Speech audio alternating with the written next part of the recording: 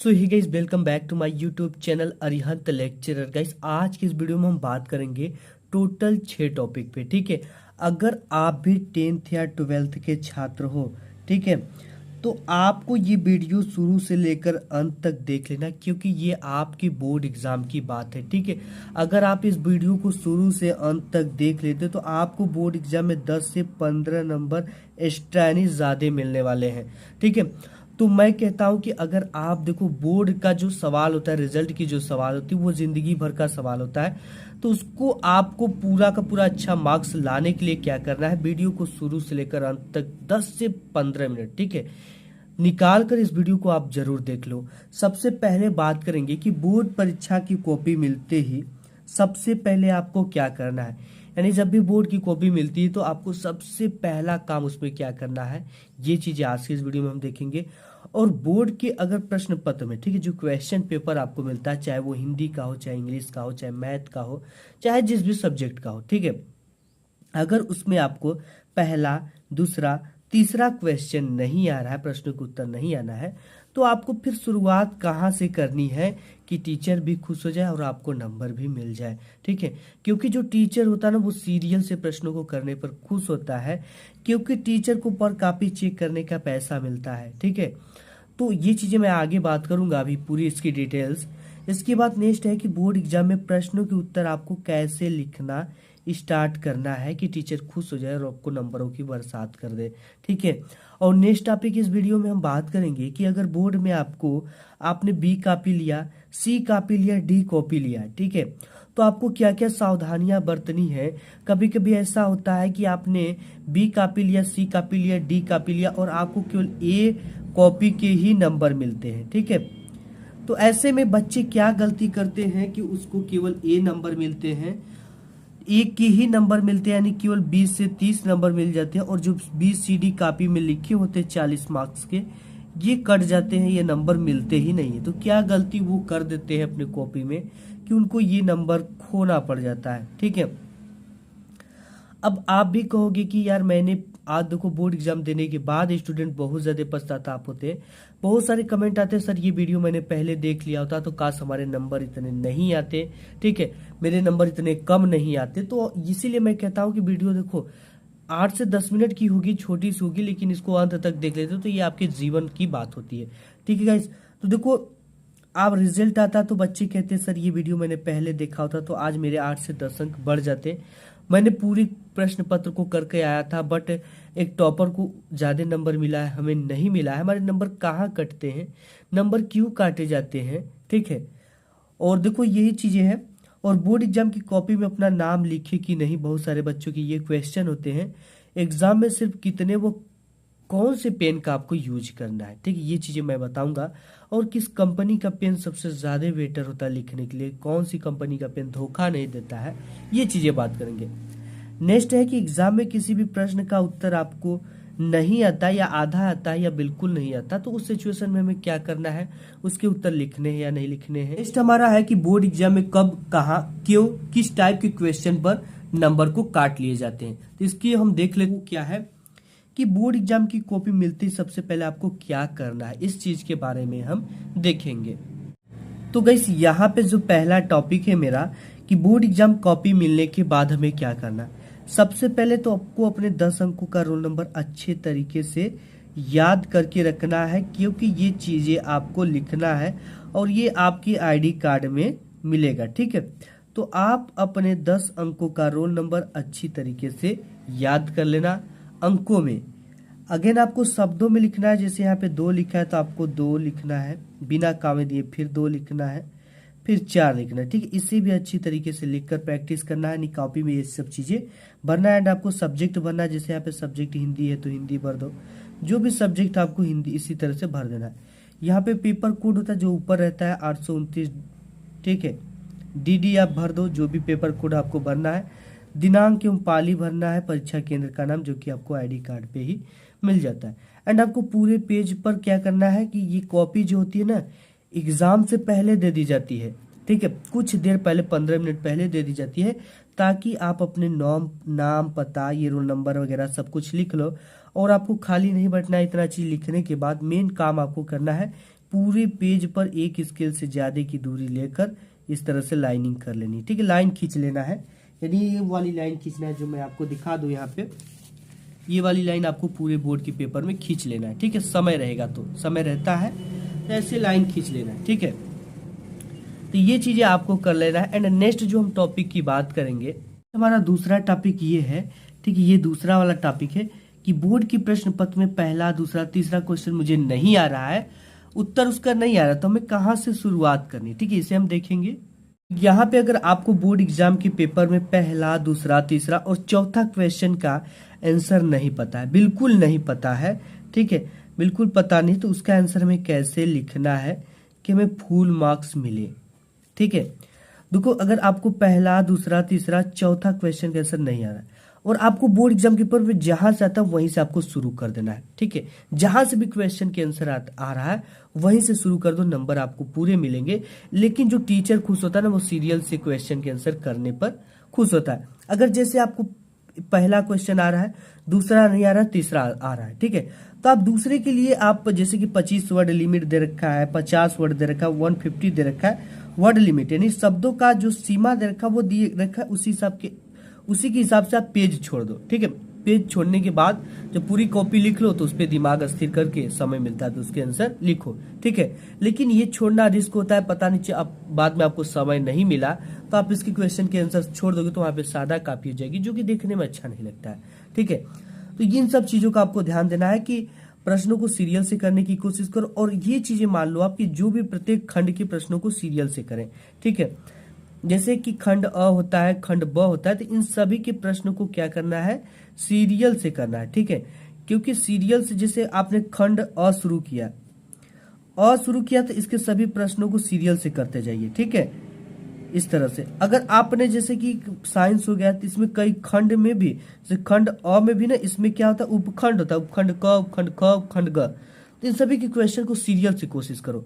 जैसे कि आपको चौथा तक क्वेश्चन नहीं आता तो आप वहां से खंड अ में नहीं आ रहा है, ठीक है, तो आप खंड ब डालकर करो, खंड ब डालकर करो, उसमें का क्वेश्चन आया तो उसके आंसर लिखते जाओ, बाद में खंड अ कर लेना। ठीक है, और नेक्स्ट जो तीसरी टॉपिक है वो देख लेते हैं। क्या नेक्स्ट है आपका ये वाला तीसरा वाला कि बोर्ड एग्जाम में प्रश्नों के उत्तर कैसे लिखना है। ठीक है, तो देखो इसके लिए मैंने यहाँ पे कॉपी ले रखा है। सबसे पहले आपको क्या करना है, एक स्केल से ज्यादा की दूरी लेकर पाई खींच लेना है, ऊपर से एक लाइन छोड़कर प्रश्नोत्तर संख्या 1 का क डाल देना है। देखो आपकी कॉपी थोड़ी हल्की होती है, आपको स्केच का यूज ना करो। ठीक है, स्केच का यूज कर भी सकते हो जो हल्का हो, जो कि छपे ना, बहुत ज्यादा गाढ़ा हो जाता है तो हल्का हल्का उस पर दिखाई देने लगता है, तो ठीक है, आप ब्लैक पेन से यूज कर लो। खंड जो भी करे ऊपर डाल दो, एंड एक लाइन छोड़ने के बाद जो भी आप कर रहे हो, और प्रत्येक खंड करने के बाद, यानी प्रत्येक प्रश्न को करने के बाद एक प्रश्न समाप्त होता है तो 2 से 3 लाइन का गैप कर ही दूसरे प्रश्न को करें। ठीक है, और जो भी खंड आता है उस खंड को नए पेज से आपको आरंभ करना है। ये चीजें आपको बरतना है, सावधानी। ठीक है, तो बोर्ड एग्जाम में प्रश्नों के उत्तर कैसे लिखना है, तो ये चीजें मैंने बता दिया कि एक प्रश्न करने के बाद 2 से 3 लाइन के गैप करना है, और जब भी करना है तो एक स्केल से ज्यादा की दूरी लेकर, और खंड ब तो ब डाल देना है और प्रश्नोत्तर संख्या ऊपर डाल देना है। ठीक है, इस चीज को आपको सावधानी बरतनी है।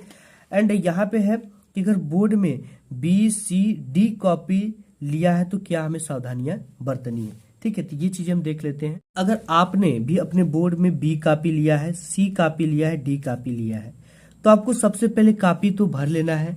ठीक है, कॉपी भरने के बाद आपको 15 मिनट की एक बेल लगती है, घंटी लगती है, आपको उसमें कुछ भी अगर क्वेश्चन भी अधूरे ना, सबसे पहले अपने कॉपी को नत्थी करना है। उसके बाद देखो कॉपी भरना है, उसके बाद धागे से अच्छी तरह से बांध लेना है, और रोल नंबर सभी में जरूर लिखना है, और साथ ही साथ जो भी कॉपी लेना A+B+B+C लिखना है। ठीक है, इसमें देखो रोल नंबर लिखने से क्या होता है, आपने बी कॉपी लिया, ठीक है, बी वाले कॉपी पर अपना रोल नंबर लिख दो, रोल नंबर लिखकर ऊपर नीचे कहीं भी रोल नंबर इस तरह से लिखकर ऊपर वाले भी, ठीक है, और A+B लिखना है, उसके नीचे अपना रोल नंबर लिख देना है, क्योंकि सेंटर वाले जो होते हैं ना, तो अपने पर्ची के बच्चों के कॉपी चेंज कर देते हैं। ठीक है, आपके बी वाले को उखाड़ के जो कमजोर बच्चा उसमें उनके पर्चे का उसमें लगाकर नत्थी कर देते हैं, तो आपका जो है ना नंबर कट जाते हैं, नंबर इसकी मिल नहीं पाते हैं भाई, बाद में तो होता है, लेकिन ये चीजें शुरुआत में आपके रिजल्ट को बिगाड़ देंगे। ठीक है, तो जितने भी लोग कॉपी में साथ इसमें ए, उसकी बी लिख दो, और यहाँ पे अपना रोल नंबर लिख दो। ठीक है, आपकी ये कोशिश होनी चाहिए कि प्रत्येक पेज के नीचे अपने रोल नंबर जरूर लिखिए, क्योंकि सेंटर वाले पेज फाड़ कर दूसरे में लगा देते हैं। ठीक है, हर जगह नहीं होता है, लेकिन कहीं कहीं ऐसे घपले देखने को मिलते हैं, तो इससे आपको सावधान रहने की जरूरत है। जो भी कॉपी लो, और देखो कॉपी में A+B लिखने से और रोल नंबर लिखने के और भी फायदे हैं, क्योंकि अगर कॉपी आपकी जैसे नत्थी से छूट जाती है, खो जाती है सेंटर पे, तो कॉपी चेक करते समय ये मिला लिया जाता है कि ये A+B है और इसका रोल नंबर इतना है। ठीक है, तो उस रोल नंबर के हिसाब से कॉपी खोजी जाती है, तो आपकी कॉपी मिल जाएगी। तो वहां पे आपकी कॉपी के साथ उसको ऐड कर दिया जाएगा, उसे बंदी कर दिया जाएगा। ठीक है, उसे बांध दिया जाएगा, नत्थी कर दिया जाएगा। तो इससे आपको क्या होता है कि टीचर को भी परेशानी नहीं होती है, आसानी से आपकी कॉपी मिल जाती है कि फला बच्चे की ये कॉपी है और इसको ऐड कर इसमें नंबर इसका ऐड कर दिया जाए। ठीक है, तो A+B लेते हो तो B कॉपी लेते हो तो A+B, B के बाद एक कॉपी और ले लेते हो तो A+B+C उस पे लिखना है। ठीक है, C के बाद एक कॉपी लिख लेते हो A+B+C+D लिख सकते हो। ठीक है, ऐसे लिखना है और उसके नीचे रोल नंबर लिखना है। हमने बताया रोल नंबर लिखने के क्या फायदे होते हैं। ठीक है, नेक्स्ट टॉपिक पे बात करते हैं कि आपको बोर्ड एग्जाम की कॉपी में अपना नाम लिखे कि नहीं, एग्जाम में सिर्फ कितने वो कौन से पेन का यूज हमें करना है। देखो, तो बोर्ड एग्जाम की कॉपी में ना भूल कर भी आप अपना नाम ना लिखें। ठीक है, देखो नाम लिखने से क्या फायदा है, ये तो बोर्ड के हिसाब से कानूनन अपराध बना दिया गया है। इसलिए कि देखो, जो कॉपी चेक होती है वो हिंदू टीचर भी चेक करता है, मुस्लिम टीचर भी, ईसाई टीचर भी, यानी तरह तरह के टीचर चेक करते हैं। और आपके नाम से ना आपके धर्म का पता चल जाता है कि आप किस कास्ट के हो। तो मान लो आप हिंदू हो, अगर आपका मुस्लिम कॉपी चेक कर लिया, अगर आप मुस्लिम हो आपकी हिंदू कॉपी चेक कर लिया, तो देखो थोड़ा सा मानसिकता, लेकिन टीचर को ऐसा होना नहीं चाहिए, लेकिन थोड़ा सा मानसिकता ऐसी होती है। ठीक है, पता नहीं वो किस टाइप का टीचर आपके नंबर ही काटना शुरू कर दे कि यार हमारे धर्म का बच्चा नहीं है, इसके नंबर काटने शुरू कर दो। ठीक है, तो आपको क्या करना है कि अपने कॉपी में भूल कर भी नाम नहीं लिखना है, ये बोर्ड के हिसाब से कानूनी अपराध भी है और आपको नहीं लिखना है। और ना ही कोई आपको धार्मिक सिंबल लिखना है। ठीक है, बहुत सारे बच्चे स्वास्तिक का चिन्ह बना देते हैं और बहुत सारे बच्चे ओम का सिंबल बना देते हैं, बहुत सारे बच्चे 786 लिख देते हैं। ठीक है, बहुत सारे बच्चे इसका सिंबल बना देते हैं। ठीक है, तो आपको इन सब चीजों को सिंबल आपने कॉपी में नहीं बना देता। बहुत सारे बच्चे जय माता दी लिख देते हैं या अल्लाह लिख देते हैं। ठीक है, तो इन सब चीजों से आपको बचना है, ये चीजें नहीं लिखना है। ये तो कानूनन अपराध है, साथ ही साथ टीचर गुस्सा भी हो जाता है इन सब चीजों को लिखने से। जो चीजें पूछा गया सिर्फ वही चीजें आप लिखो, इन सब चीजों से आपके नंबर भी काट लिए जाएंगे। ठीक है, और बोर्ड एग्जाम में केवल आपको ब्लू एंड ब्लैक पेन का ही यूज करना है और किसी भी पेन का यूज नहीं करना। जेल पेन का भी यूज आप मत करो। ठीक है, क्योंकि जेल पेन से क्या होता है कि इस पर लिखोगे तो उस पर छप जाएगा, तो दूसरी तरफ आपको कॉपी में लिखना नहीं बनेगा, और लिखोगे भी तो वो चीजें समझ में नहीं आती, तो ऐसा थोड़ा पेज गंदा हो जाता है। तो आपको बॉल पॉइंट पेन, ठीक है, जिसे डार्ट पेन कहते हैं, उससे आप लिखो। और आप बोर्ड एग्जाम की कॉपी में उसी पेन का यूज करना जिस पेन से आप ऑलरेडी लिखते आ रहे हो। ठीक है, ये नहीं कि आपने नाम सुना एग्जाम का और जिस भी पेन से आपको एग्जाम में लिखना है ना, उस पेन से आज ही प्रैक्टिस करना शुरू कर दो। अपने फियर बनाओ, अपने नोट्स बनाओ, उसी पेन से बनाओ। ठीक है, दूसरे पेन से मत बनाओ। ऐसे वो पेन क्या रहेगी कि आपके हाथ में बैठी रहेगी। ठीक है, और आपको देखो एल्कोस का पेन सबसे बेस्ट आता है। मैंने अपने बोर्ड एग्जाम में एल्कोस ही पेन का यूज किया था। ये काफी बेस्ट पेन है। ठीक है, एल्कोस का पेन, एल्कोस का कर सकते हो, सेलो का कर सकते हो, लेकिन एल्कोस जो है ना हमारे तरफ से बेस्ट पेन है। मैंने खुद इसका 10 रुपये वाला यूज किया था अपने बोर्ड एग्जाम में। तो एल्कोस करो, अच्छा है, धोखा नहीं देगा। और इस पेन का यूज करना है तो आज से ही इससे लिखना स्टार्ट कर दो। ठीक है, और नेक्स्ट टॉपिक जो है हमारी नेक्स्ट टॉपिक है कि एग्जाम में किसी भी प्रश्न का उत्तर न आने पर उसका आंसर हमें कैसे लिखना है। ठीक है, जैसे आपको कोई भी क्वेश्चन, ठीक, जिसे यहाँ पे हमने डाला खंड ब, सबसे पहले डाल लेना है, प्रश्नोत्तर संख्या डाल लेना है जिस भी खंड का है। सपोज आपको बोर्ड एग्जाम में ओम का नियम आ गया और ये चीजें आपको नहीं पता है। ठीक है, तो हमें कैसे लिखना है ओम का नियम कि हमें 110% इस पे 100% मार्क्स मिले, यानी कि पूरा नंबर मिले। ठीक है, तो देखो हमने बताया कि जो बोर्ड एग्जाम में होता है स्टेप मार्किंग टाइप के नंबर दिए जाते हैं। वो बोर्ड एक कॉपी जारी कर देता है कि किस पे क्या क्या चीजें पे नंबर आपको देना है। जैसे आपको ओम का नियम आ गया तो ओम के नियम के अनुसार ओम का नियम ये कहता है डैश डैश ओम का नियम कहते हैं। ठीक है, इससे रिलेटेड आपको कुछ भी कीवर्ड पता हो, इससे रिलेटेड आप कुछ जानते हो, ठीक है, वो चीजें यहाँ पे डाल दो। इसका फार्मूला जानते हो तो फार्मूले को लिख दो कि R बराबर V बाई अनुपात को ओम का नियम कहते हैं। या इस चैप्टर से रिलेटेड कुछ जानते हो तो यहाँ पे भर दो, नंबर मिलेंगे। ठीक है, अगर कोई न्यूमेरिकल हो गया जिससे आपको नहीं आ रहा तो अब उसमें आपको क्या करना है, तो इसके लिए आपको कुछ भी नहीं करना है। यहाँ पे कोई भी न्यूमेरिकल आ गया तो इसे आपको प्रश्नानुसार सबसे पहले ये चीजें करना है, दिया है ज्ञात करना है, जो वैल्यू दिया है उसके मान को रख दो, ठीक है, और क्या पूछा है इसको इस तरह से लिख दो। इसमें देखो स्टेप मार्किंग होता है, इतना आपने कर दिया तो आपको आधा नंबर मिलेंगे, ठीक है। और आप इसका अगर फार्मूला वगैरह लिख देते हो तो 4 नंबर का है, तो यहाँ से अगर आप कुछ इस तरह से रख देते हो भी वैल्यू को तो आपको 2 मार्क्स मिल जाएंगे। कितने मार्क्स मिलेंगे? 2 मार्क्स, 110% मिलेंगे। तो आपको कोई भी क्वेश्चन, ऑल क्वेश्चन को सबसे पहले आपको क्या करना है? अटेम्प्ट करना है, ठीक है।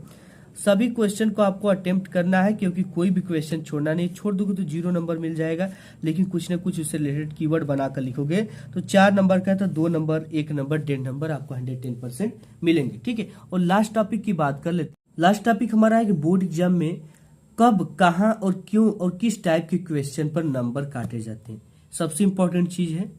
तो देखो गाइस, आपके नंबर कहाँ काट लिए जाते हैं, ठीक है। बोर्ड एग्जाम में नंबर 2 चीजों पर काटी जाती है। सबसे पहला एक हैंड राइटिंग पर होता है, और एक क्वेश्चन का आंसर आपने कैसे लिखा है, सही लिखा है कि नहीं, सटीक लिखा है कि नहीं, जो पूछा गया वो लिखे कि नहीं, उस पर करता है, ठीक है। देखो सबसे पहली हैंड राइटिंग पे करती है।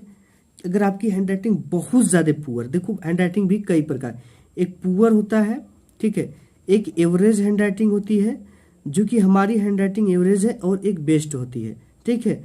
तो देखो पुअर वाले हैंड राइटिंग पे नंबर कब कटता है? अगर कोई 2 मार्क्स का क्वेश्चन आपके बोर्ड एग्जाम में पूछा गया है, ठीक है, अगर आपकी हैंड राइटिंग बहुत ज्यादा पुअर है तो 2 मार्क्स वाले नंबर पे एक भी नंबर आपका नहीं कटेगा, ठीक है, क्योंकि ये 2 ही नंबर का है, तो इस पे एक भी नंबर, अगर आपने सटीक क्वेश्चन के आंसर लिखा है, तो कितनी भी हैंड राइटिंग पुअर 2 नंबर पे नहीं कटेगी। अगर वही पुअर हैंड राइटिंग है आपकी, क्वेश्चन है 4 मार्क्स का, ठीक है, 4 मार्क्स का चाहे 6 मार्क्स का है, तब जाकर इस पे आपको कितने नंबर कटेंगे? 3 नंबर मिलते हैं, 1 नंबर आपके हैंड राइटिंग पर कट जाते हैं, 1 या आधा नंबर, ठीक है। वही अगर आपकी एवरेज हैंड राइटिंग है तो आपको 4 नंबर के क्वेश्चन पर भी 1 नंबर नहीं कटेगा, क्योंकि आप सही हम सटीक लिखोगे तो पूरा पूरा नंबर मिलेगा, ठीक है। और एवरेज हैंड राइटिंग में जैसे 6 मार्क्स का आ गया, निबंध आ गया, जीवन परिचय आ गया, इन्हीं सब चीजों पे नंबर कटते हैं, लॉन्ग वाले टाइप के, खंड काव्य हो गया। तो इन सब चीजों को आपको क्या करना है कि हैंड राइटिंग अच्छी तरीके से लिखना है, और हेडिंग वगैरह डाल के लिखना, इसी पर कटते हैं नंबर। अगर एवरेज है तो नहीं कटेंगे, एवरेज पर आधा 1 नंबर कटेंगे, पुअर है तो 1 से 1.5 नंबर काट लिए जाते हैं, ठीक है। तो इसी चीज पर नंबर कटते हैं। और आपकी हैंड राइटिंग अगर मेरे जैसे hand writing average hand writing है तो इस पे नंबर बहुत नहीं कटते, केवल पूरे कॉपी में 4 से 5 नंबर काटे जाते हैं, ठीक है। तो देखो यही चीज है कि हैंड राइटिंग पर नंबर करते हैं कि पुअर है कि एवरेज, और क्वेश्चन का आपने आंसर कैसे लिखा है, ठीक है। 60 क्वेश्चन, कितनी भी पुअर हैंड राइटिंग है, 2 मार्क्स का, 1 मार्क्स का क्वेश्चन है, तो उससे पूरा नंबर मिलेगा। एंड लॉन्ग टाइप के क्वेश्चन तो हमने बताया, जीवन परिचय हो गया, निबंध हो गया, खंड काव्य वगैरह हो गया, ठीक है। तो इन सब चीजों पर नंबर काट लिए जाते हैं। एवरेज है तो नहीं कटेंगे, पुअर है तो आधा 1 नंबर इस पे कटते हैं, ठीक है। तो आप इस चीज से निश्चिंत रहो। हैंड राइटिंग अगर बहुत ज्यादा भी पुअर है, टेंशन मत लो, उसके आंसर सटीक लिखो, आपके नंबर पूरे कॉपी में 4 से 5 नंबर काट लिए जाएंगे केवल, ठीक है। तो आज की इस वीडियो में इतना ही।